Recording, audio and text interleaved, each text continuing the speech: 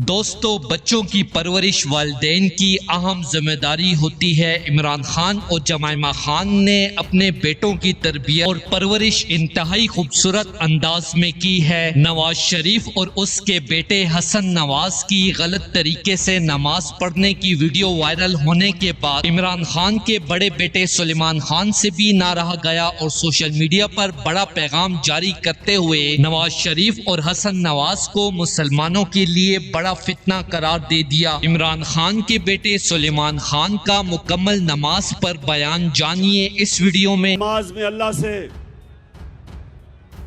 ہم کہتے ہیں کہ اللہ، ایک ہی چیز مانگتے ہیں اللہ سے 5 وقت کی نماز میں کہ اللہ ان کے راستے پہ لگا جن کو تو نے نعمتیں بخشی،